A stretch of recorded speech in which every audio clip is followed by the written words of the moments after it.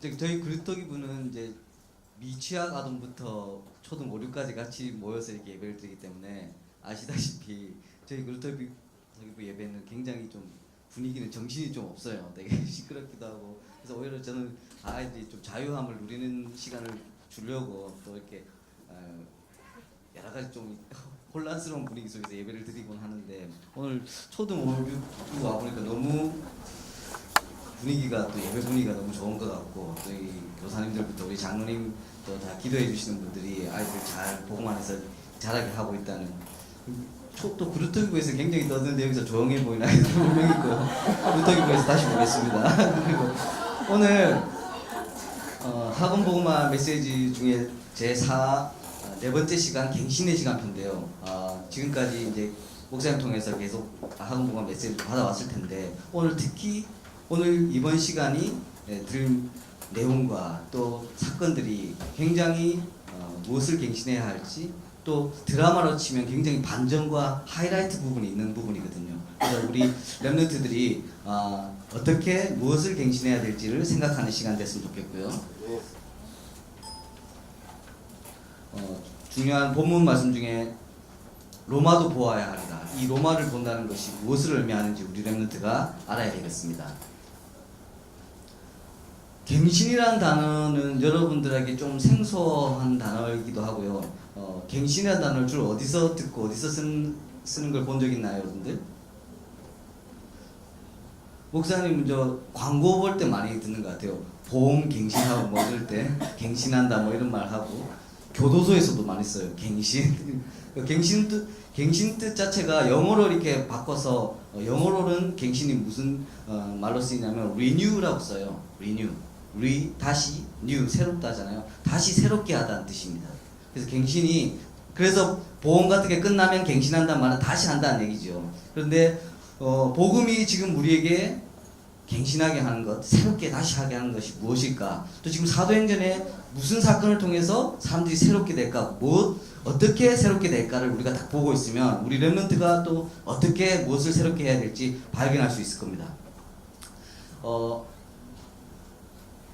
오늘 갱신 이전에 많은 이스라엘의 이제 초대교회 사람들이, 교인들이 환란을 입고 있었고 어려움이 있었습니다. 그래서 그 어려움을 통해서 갱신이 되고 있는데, 그 어려움을 견뎌내는 세상적인 말도 있어요. 그죠? 여러분들 뭐 어렸을 때 마법 천자문 이런 거 좀 하셨죠? 그래가지고 그때 보면 한자 공부도 많이 하시고 했을 텐데, 그때 보면 그런 말 중에 하나가 전화위복이란 말이 있어요. 전화위복, 이 말 뜻이 무엇일까요? 밑에 설명이 되어 있군요. 화가 바뀌어서 복이 된다, 이런 뜻이에요. 큰 화가 힘든 일이 있고 한데 오히려 이게 바뀌어서 복이 된다. 그래서 뭐 저 화가 있고 이럴 때 좀 견디란 얘기겠죠. 그러면 성경이 말하는 환란이 갱신의 시간표가 이런 거랑 비슷할까? 글쎄요. 또 비슷한 면도 있겠지만 복음이 말하고 있는 갱신은 또 다른 부분입니다. 전화위복이라는 말과 또 비슷한 말이 있어요. 여러분 이거 유광수 목사님도 가끔 이 단어를 메시지할 때 예화로 들고 하시는데, 뭐가 있어요? 전화위복이랑 비슷한 옛말이 있습니다. 새옹지마라는 얘기 들어보셨죠? 새옹지마가 무슨 뜻이에요? 새옹지마 뜻 자체는 변방에 있는 늙은 사람의 말이란 뜻이에요. 근데 여기에 대한 스토리도 여러분 아시죠? 다시 한번 간단히 정리해보면, 이 옛날 중국 변방에 어떤 늙은 노인이 있었는데, 그 노인이 가지고 있던 말이 도망을 가버렸어요. 그 당시에는 말이 굉장히 자기 교통수단이기도 하고 큰 재산인데, 말이 그러니까 그때 얘기는 뭐 오랑캐 땅으로 들어가봤다, 오랑캐 땅으로 가버렸다는 건 다시 찾을 수가 없다는 얘기죠. 그래서 아예 가버려가지고 사람들이 어떡합니까 막 걱정하고 위로했는데, 그때 그 노인이 뭐 태연하게 기다리고 있었는데, 뭐 괜찮다고 얘기하고 있었는데, 그때 집을 나갔던 말이 다른 말을 꼬셔가지고 짝을 이뤄서 두 마리가 들어온 거예요. 그러니까 말이 큰 재산이었는데 두 마리가 오니까 딱 주변에서 막 너무 잘 됐습니다 막 부러워하고 칭찬하고 막 그러고 있는데, 그때도 노인은 뭐 그 부분에 대해서도 뭐 속으로 기뻤는지 모르겠지만 태연하게 있었는데, 얼마 후 지나가지고 그 노인의 아들이 그 말을 같이 온 말을 막 타고 하다가 말에서 떨어져 버렸어요. 그래서 또 다리가 부러져 가지고 좀 그냥 부러졌는지 장애인이 됐는지 모르겠다. 심하게 다쳤어요.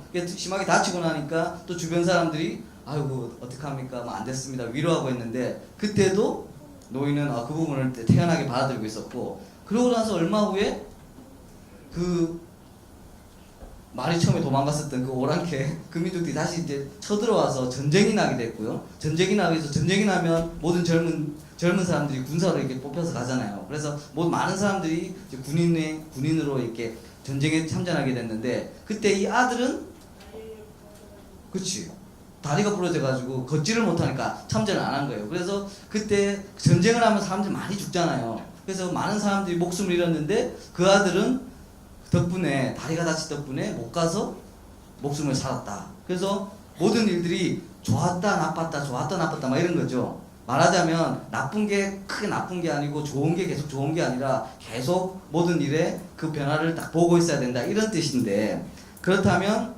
오늘 우리 성경의 그 환란 속에서 갱신의 시간표가 이런 전화위복의 정신으로 화가 있어도 참자, 아니면 세옹지마의 저런 이야기처럼 이게 좋아질 거야. 근데 좋아지면 뭐합니까? 좋아지면 또 나빠질 수도 있는데 불안하잖아요, 그죠? 이런 부분이 아니라 이런 부분이랑 비슷한 부분이 있겠지만 지금 성경이 말하고 있는 부분은 조금 다른 내용이에요. 이 부분이 사도행전에서 어떻게 지금 진행되고 있는지, 하나님께서 어떻게 무엇을 새롭게 하실 건지, 또 환란이었지만 힘든 일이었지만 그것을 어떻게 바뀌어 나가시는지를 다시 한번 확인하겠습니다. 환란이 뜻이 그냥 환란이 여러 가지 근심과 고통과 재난과 여러 가지를 말하잖아요. 그때 초대교인들이 당했던 환란이 어떤 게 있었습니까, 여러분? 가장 중요한 여러 가지 사건 중에 스데반 집사님이 순교한 사건이 있었죠. 여러분 이전 시간에도 스데반 집사님에 대해서 계속 나왔기 때문에 그 내용들을 알고 있을 거고, 그때 스데반 집사는 어떻게 죽었습니까? 죽는 것도 돌에 맞아서 죽었어요. 돌에 맞아서 죽는 건 굉장히 사실은 비참하고 잔인하게 죽는 거잖아요. 그렇게 죽고 그때도, 하지만 스데반 집사님이 그때 순교하실 때도 저 사람들을 위해서 기도하고 잠이 들었다고 했어요. 그만큼 성령이 강력한 힘으로 지키고 있었고, 사도행전의 그 이전 내용들은 오순절날이 이런 거 하면서 하나님께서 막 성령의 힘을 막 주시고 있을 때예요. 그래서 초대교인들이 그 어떤 때보다 성령의 충만함을 누리고 있을 때인데, 그런데 그때 마침 이런 환란이 찾아왔고, 환란 중에서도 목숨을 빼앗기는 가장 큰 환란이 온 거죠. 여러분 조그만 일이 생겨도, 이번에 포항에 지진이 나고 막 이랬을 때도 재난이 났다고 막 사람들이 너무너무 피해 입은 사람들 많고 그런 사람이 있는데, 목숨을 잃는 건 가장 큰 걸 잃는 거잖아요. 그때 스데반 집사님이 목숨을 잃었고, 그때부터 본격적으로 예루살렘 교회에 있는 초대교인들에게 환란이 시작됐습니다. 이제 잡히면 저렇게 이제 목숨을 잃는 일들이 계속 벌어졌습니다. 그리고 저희를 주도하던 사람이 있었어요. 누구예요?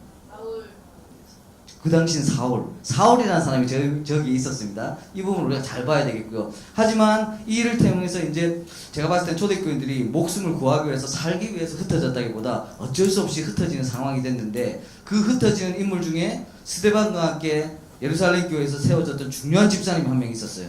누구예요? 빌립 집사가 있었습니다. 여러분 이 얘기를 목사님이 지금 긴 얘기들이라 두서없이 한다고 해도 여러분 머릿속으로 그림을 그려보세요 한번. 초대교회에 예루살렘 교회가 있었고, 사울이라는 인물이 그래서 스데반 집사는 돌에 맞아 죽고, 그때 예루살렘 교회에서 7 집사를 세웠는데 스데반 집사님 돌아가시고, 그때 빌립 집사가 남았어요. 근데 빌립 집사님은 그래서 결국 같이 흩어졌는데 사마리아로 들어가서 전도를 하기 시작했습니다. 그리고 그 과정 중에 빌립 집사가 누구를 만나죠? 이디오피아 내시를 만나게 돼요. 그러니까 여러분들 우리나라에서 내시하고 그러면 목소리도 마마 막 이런 뭐가 좀 이렇게 거세되고 이런 그런 거였을 텐데, 그 당시 에티오피아는 최고 강국이었고, 거기서 내시는 굉장한 권력을 갖고 있는 사람이었어요. 그리고 지금 아프리카에도 원래 너무나 우상 숭배 여러 가지가 흑암이, 사람 색깔 말고 원래 흑암이 좀 강한 그런 나라들인데, 저때 들어갔던 빌립을 통해서 전달되었던 기독교가 아직 많은 현장이 남아 있어요. 그래서 제가 봤을 때 그 많은 더 큰 재앙과 환란을 막았던 중요한 사건이 됐었고, 어쨌든 그 빌립 집사님을 통해서 환란이 왔는데 큰 문이 열리는 시간표가 됐습니다. 뭐에 대한 문이 열렸습니까? 전도와 선교에 대한 문이 열리기 시작했죠. 비록 스데반 집사님은 목숨을 잃고 또 초대교인들은 이렇게 흩어졌지만 전도와 선교에 대한 문이 열리는 시간이 됐습니다. 일단 이렇게 이런 시간이 됐고요. 두 번째를 보면 환란이 왔는데 이제 본격적으로 갱신의 시간표가 왔어요. 갱신이란 새롭게 한다고 그랬죠. 어떻게 무엇을 새롭게 하는 시간표가 왔는지 우리가 잘 봐야 되겠는데요. 초대교인들이 이제 주변으로 흩어지기 시작하고 예루살렘 교회 성도들이 베니게, 구브로, 안디옥 이런 곳으로 흩어졌어요. 흩어져서 그분들이 뭘 했겠습니까? 흩어져서 또 거기서 먹고 살기 위해서 뭐 일을 하고 뭐 물론 그런 노력도 했겠지만 가장 중요한 거는 이분들이 거기서 예수가 그리스도라는 사실을 계속 전했어요. 그 예수가 그리스도라는 사실을 계속 전했는데 진짜 중요한 사건이 여기 있습니다. 원래 유대인들은 자기도 모르는 선민 사상이 있어요. 그래서 유대인은 우리만 하나님 택한 백성이고 우리만 잘났다 그런 것들이 있어요. 그래가지고 그런 사상이 계속 이어져 내려다 보니까 세계대전 때 독일 사람들한테 전부 막 학살당하는 일도 있고 그랬잖아요. 근데 그런 민족적인 갈등이 있는데 그런 것 때문에 어쨌든 예수님이 오시고 이런 부분도 유대인들끼리 막 전하고 이런 게 있었거든. 그리고 유대인들은 자기도 모르게 다른 민족들은 좀 낮게 보는 그런 게 있었어요. 그런데 그 흩어진 초대교인들이 흩어지면서 유대인들에게 복음을 전할 뿐만 아니라 헬라인들에게 복음을 전하기 시작한 거예요. 헬라인에게? 이것은 그냥 단순한 일 같지만 유대인으로서는 굉장히 갱신한 거예요. 굉장히 새롭게 된 겁니다. 왜냐하면 그 전까지 복음을 찾고 예수 그리스도를 알았는데도 다른 민족이나 이방인한테 이 전할 생각을 잘 못하고 있었거든요. 그런데 이런 환란이 와서 흩어졌는데 흩어지다 보니까 헬라인 그리스인들이 살고 있는 그 지방까지 가게 됐고 거기서도 이분들은 뭐 어차피 자기들이 이 땅에 있어야 되니까 다른 생각보다 예수가 그리스도라는 사실을 강하게 전해야 되니까 전하다 보니까 이방인들에게 막 전하게 된 거예요. 근데 이상하게도 그 당시 이방인들은 전부 그리스, 로마 신화 여러분 봤잖아요. 굉장한 다른 악신들, 우상가들 섬기고 있던 민족들인데 이 사람들이 복음을 받아들이기 시작한 거죠. 복음을 받아들이면서 막 우상도 다 없애고 진짜 예수님을 믿는 사람, 그것도 다른 민족에서 사형당했던 그 사람을 믿기 시작한 거죠. 그리고 나서 선교가 시작됐고 이때 그리스도인이라는 말이 처음 생깁니다. 영어로 말하면 크리스찬이라는 말이 이때 생겨요. 이 전국 뿔뿔이 흩어졌던 이 초대교인들이 가는 곳마다 이방인들에게 복음을 전하기 시작했고 이 이방인들이 복음을 받아들이기 시작했고 이때 그리스도인, 크리스찬이라는 말이 생겼어요. 진짜 그리스도인이라는 말이 생긴 거죠. 이 놀라운 변화였어요. 유대인들에게 이 변화는 사실 굉장히 큰 변화였고요. 하나님께서 저 큰 환란이 없었다면 이런 일도 벌어지지 않았을 수도 있었습니다. 그리고 저 안디옥 교회에 바나바라는 인물이 가서 이제 왜냐하면 그리스인들, 헬라인들이 서서 교회를 세웠는데 거기를 계속 예수가 그리스도라는 사실을 깨달았지만 그것을 지속적으로 알려주고 훈련을 시켜야 되잖아요. 그때 갔던 인물이 바나바고 여기서 가장 드라마로 치면 반전이 하나 일어나죠. 그 바나바가 누구랑 갑니까? 안디옥 교회를? 그 스데반 집사님이 순교할 때 핍박받을 때 거기 있었던 인물이 아까 누구였죠? 사울. 근데 사울이요 지금 그 9장에 보면 다메섹에서 예수 그리스도를 실제로 만나게 돼요. 만나게 되면서 그렇게 예수님 핍박하던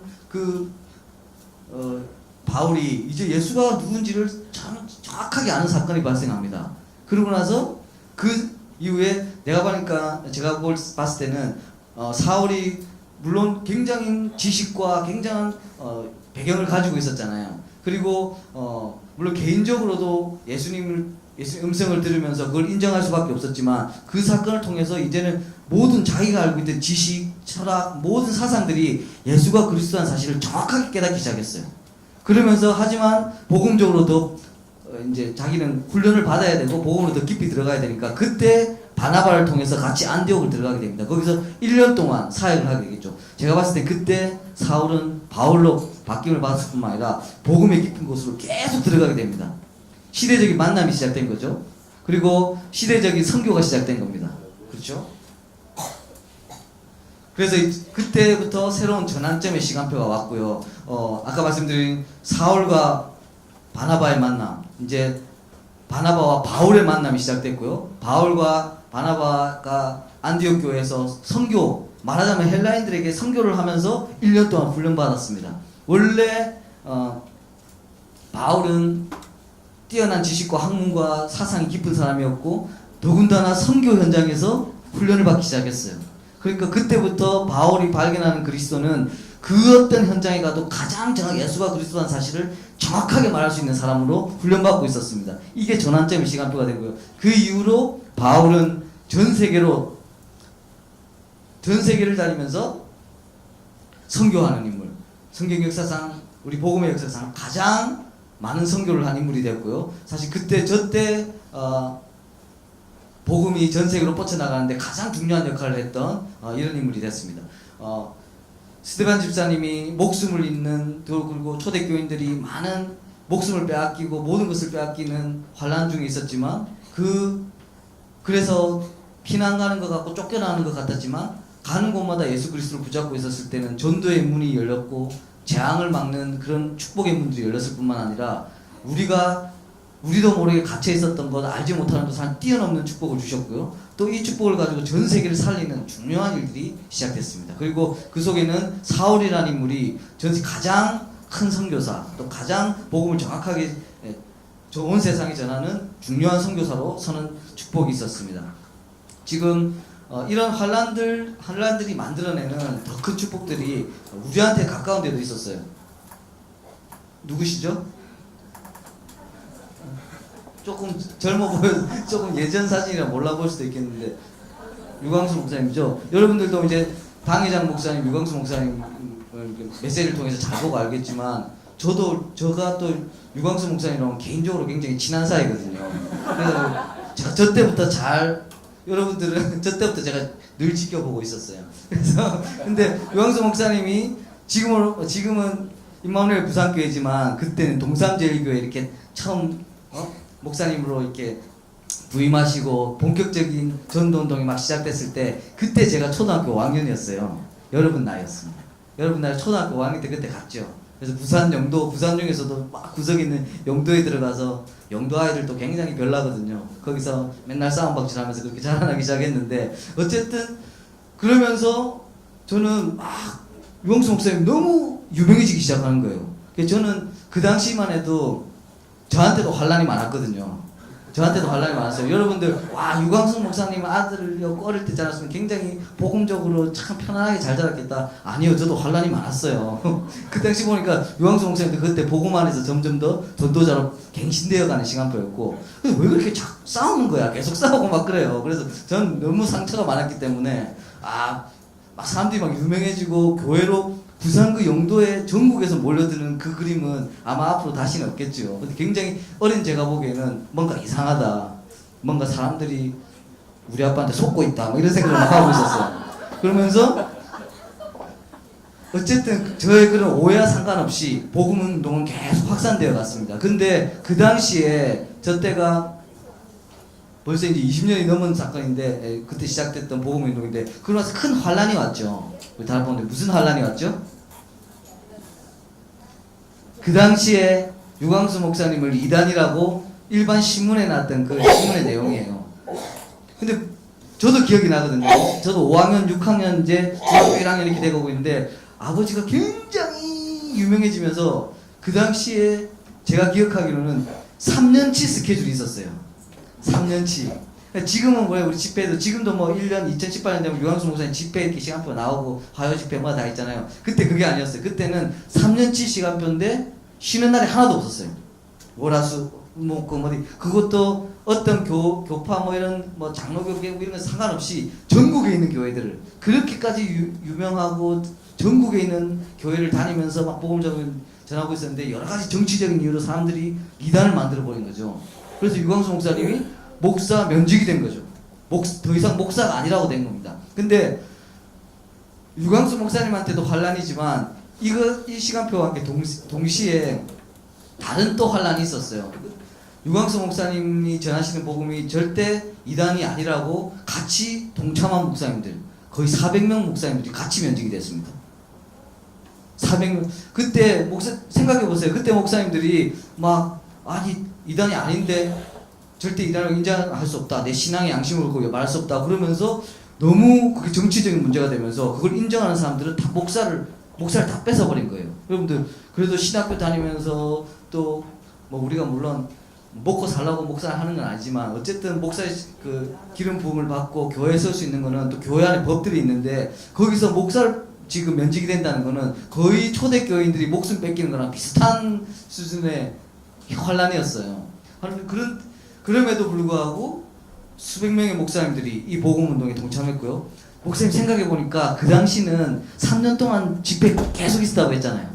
근데 그거 아마 유광수 목사님 계속 했으면 뭐 이런 환란이 온 것 같지만 제가 봤을 땐 유 목사님 그 스케줄로 계속 하시다가 분명히 지금 살아계시지 못할 것 같아요. 너무 바빴어. 그리고 분명히 지금 같은 제자들이 있지 못했어요. 그리고 그 환란을 통해서 수많은 진짜 복음 운동을 사랑하는 목사님 그때 보니까 그때 막 수많은 교회들이 전국의 모든 교회들이 유광수 목사님 한번 모시려고 막 했던 그때 그 집회들은 어떻게 하면 우리 교회가 부흥되지? 어떻게 하면 우리 교회가 다른 사람들 많이 전도해서 우리 교회가 더 큰 교회가 되고 더 성도들을 많이 이거였어요. 근데 이런 환란이 탁 몰아쳤고 그때 아니 이건 이 복음 운동은 난 진짜 이거 내 목숨을 걸겠다. 이건 정말 내 전부를 걸겠다고 뭉친 이 제자들이 모여서 지금까지 20년 넘게 전도 운동을 해왔고요. 그러면서 우리가 전 세계 아직까지 우리는 성장해 나가고 있지만 전 세계에 이 선교의 뿌리를 내리고 또 전국과 세계 복음화의 이 발판 속으로 계속적으로 가고 있는 겁니다. 그런 것처럼 우리 청소년들도 보니까 굉장히 힘든 것도 많고 여러 가지 문제가 있을 수 있고 목사님도 말했잖아요. 목사님도 어릴 때 굉장히 제 나름대로 환란이 많았어요. 근데 그걸 또 잘못 해석하고 복음을 또 잘못 보게 되는 시간표가 있었지만 그럼에도 불구하고 저는 이제 많은 실패와 아픔과 더 큰 고난을 통해서 다시 그리스도를 붙잡게 됐는데 여러분들은 지금부터 이 부분에 대한 답을 가지고 있으면 저보다 훨씬 더 훌륭하고 훨씬 더 전도와 선교에 예비된 분들이 예비된 렘넌트가 될 수 있을 거고요. 심지어는 지금 보이지 않게 이렇게 영적 문제에 시달리고 있는 청소년들이 너무 많고 목사님들 주변에 이 초등학생들 보니까 솔직히 저보다 더 바쁜 것 같더라고. 초등학생들이. 그래서 학교 마치면 바로 어디 학원을 갔다가 뭘 두세 군데 둘렀다가 집에 와서 저녁 먹고 숙제하고 자고 그러면 시간이 거의 뭐 어른들보다 더 빡빡하고 또 여러분들 그 사이사이 또 핸드폰으로 게임해야지 막 이런 막 그거하고 굉장한 고난과 막 여러 가지 다툼이 있잖아요. 여러분들 나름대로 굉장히 바쁘게 지내고 있는데 또 그리고 학교에서 학생들 사이에 또 여러 가지 친구들 사이에 여러 가지 문제가 있을 수도 있고 또 가정에서도 여러분들 표현하지 못하는 여러 가지 문제가 있을 수 있습니다. 하지만 여러분들이 지금부터 환란이라고 생각하는 어려움이라고 생각하는 것들이 굉장히 여러분들 각인으로 남고 뿌리로 남거든요. 또 이것이 체질이 되는 겁니다. 근데 이런 부분에서 여러분들이 정말 전도와 선교를 위해서 훈련되어 가는 시간표 또 여러분들은 그야말로 구루터기 남은 자요 흩어진 자가 될 사람들이기 때문에 남은 자는 무엇으로 남았다? 복음이 무엇이고 복음이 얼마나 가치 있는지를 아는 여러분들이 지금 여러분 핸드폰 하는 모든 사람들은 기독교인 하면 기독교인이라고 안 불러요. 개독교 막 이렇게 불러요. 개독교인 막 이렇게 막 무시하고 그걸 자꾸 폄하해요. 물론 지금 초대교인처럼 예수 믿는다고 죽이고 이럴 할 수가 없죠. 법이 그렇게 할 수는 없는데 영적으로는 더 무서운 핍박들이 시작됐습니다. 그리고 점점 교회는 힘을 잃어가고 복음이 전혀 사람들한테 영향을 미치지 못하는 영적 재앙 시대가 왔습니다. 이럴 때 여러분들은 복음이 무엇이며 아니 복음이 그런 거를 당신들이 판단하고 보는 그런 차원이 아니라 진짜 생명이고 진짜 우리에게 주신 영원한 축복이라는 것을 아는 사람들이 필요해요. 그것이 여러분들이 아는 남은 자로 남은 것이고, 이 축복을 누리고 전문성을 가지고 있다 보면 이 축복을 가지고 흩어지게 될 겁니다. 흩어지는 모든 곳이 여러분들의 선교지가 되는 것입니다. 이 축복을 누릴 여러분들이 이 축복을 여러분 당연히 누리게 될 것이고요. 제가 듣기로는 이제 30명 정도 되는 우리 렘넌트들이 또 미국에 비전 트립을 가 있고, 거기서 또 많은 것들을 보게 되고 할 텐데, 물론 여기서 여러 가지 상황이나 또 사정으로 못 갔던 친구들, 가고 싶은데 못 간 친구들 있고, 또 다음에 가게 될 친구들이 있을 텐데, 그런 거랑 상관없이 그 친구들은 여러분들 지금 가지고 있는 시간표 속에서 이제 5, 6학년 좀 있으면 중학교 들어가고, 이 친구 여러분들 나이 때는 또 어른들이 이해 못하는, 또 여러분만이 알고 있는, 또 나도 모르게 나한테 쌓여가는 여러 가지 문제가 있어요. 그렇다고 엄마 잔소리하고 막 이런 거를 전부 환란이다 그렇게 받아들이는 게 아니라 굉장히 길고 고질적인 문제들이 생겨요.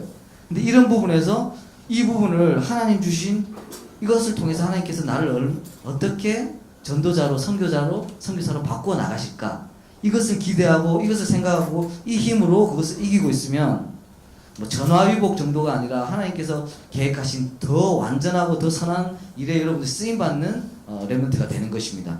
우리 아까 말했던 우리 다락방 전도운동의 큰 환란이라면 환란이었던 모든 목사님들이 이단으로 돼서 면직이 당하고, 하지만 다른 목사님들이, 복음을 사랑하는 목사님들이 모여서 지금까지 전도운동 선교를 이어가고 있는데, 그 시간표 속에서 이번 2017년도 렘넌트는 20번째를 맞았어요. 사람도 20살이 되면 성인이 되잖아요. 그러니까 하나님께서 계속 우리 렘넌트를 키워나가고 계십니다. 여러분들 이 시간표를 쭉 보세요. 그 초대교회 때 흘렀던 시간표가 지금도 계속되고 있습니다. 우리가 뭐 초대교회 같이 우리만 복음을 지키다 이런 말이 아니라, 어쨌든 우리도 그런 환란이 있었고, 여러분들은 또 여러분 시대의 시간표에 맞는 여러 가지 어려움과 아픔이 있겠지만, 여러분도 모르게 지금 전도자와 선교자로 지금 훈련받고 있고, 그렇게 쓰임받기 위해서 하나님께서 인도하고 계세요. 그러니까 말하자면, 아까 세상적으로도 화가 생기고 이러면 나쁜 일이 생기면 참고 태연하게 견디고 있는데, 여러분들 태연하게 견디란 말이 아닙니다. 하나님께서 이 시간표를 통해서 완전히 여러분들의 달란트를 가장 의미있게, 여러분들의 삶을 앞으로 가장 하나님 쓰시기에 좋은 방향으로 인도해 나가고 계시고, 이 예배 현장이 그것에 대한 응답의 현장이고, 또 지금 우리 렘넌트 가 있는 렘넌트, 여기 있는 렘넌트 모두가 이 축복의 과정들을 겪어가고 있습니다. 그런 것처럼 오늘 사도행전의 이 중요한 사건들, 또 중요한 환란 같았지만 가장 이스라엘 유대인들이 초대교인들이 갱신할 수 있는 시간표였고, 가장 이 복음이 전 세계에 뻗쳐나갈 수 있는 시간표였던 것처럼, 여러분들을 겪고 있는 여러 가지 시간표, 어쩌면 우리 교회가 지금 겪고 있는 시간표도 이 시간표 속에 있을 거예요. 그렇기 때문에 우리는 하나님께서 어떻게 무엇을 나를 통해서 리뉴하실까, 다시 새롭게 하실까를 기대하면서, 또 그 부분이 무엇이구나 날마다 나중에 확인할 수 있는 증인으로서는 여러분들 되기를 축복드리고요. 여러분들 또 이 귀한 사명을 감당하고 계신 우리 교사분들과 우리 모든 사명자들, 그리고 이 축복된 현장에 있는 모든 렘넌트들이 이 일에 가장 증인이 되도록 축복드리겠습니다. 하나님 감사합니다. 오늘도 우리 예배를 통하여서 또 하나님께서 주신 축복된 언약을 확인하는 시간 허락하여 주시니 감사를 드립니다. 우리 렘넌트들이 어릴 때부터 복음의 비밀과 복음의 능력을 가장 사실적인 증거로 가지고, 이 힘을 가지고 모든 문제와 모든 아픔과 모든 상황 속에서 예수가 그리스도라는 사실을 통하여서 힘을 얻고, 그것을 전하는 전도자여 선교사의 축복을 누리는 가장 귀한 렘넌트가 될 수 있도록 인도하여 주시옵소서. 오늘 말씀 살아계신 예수 그리스도 이름으로 기도드렸습니다.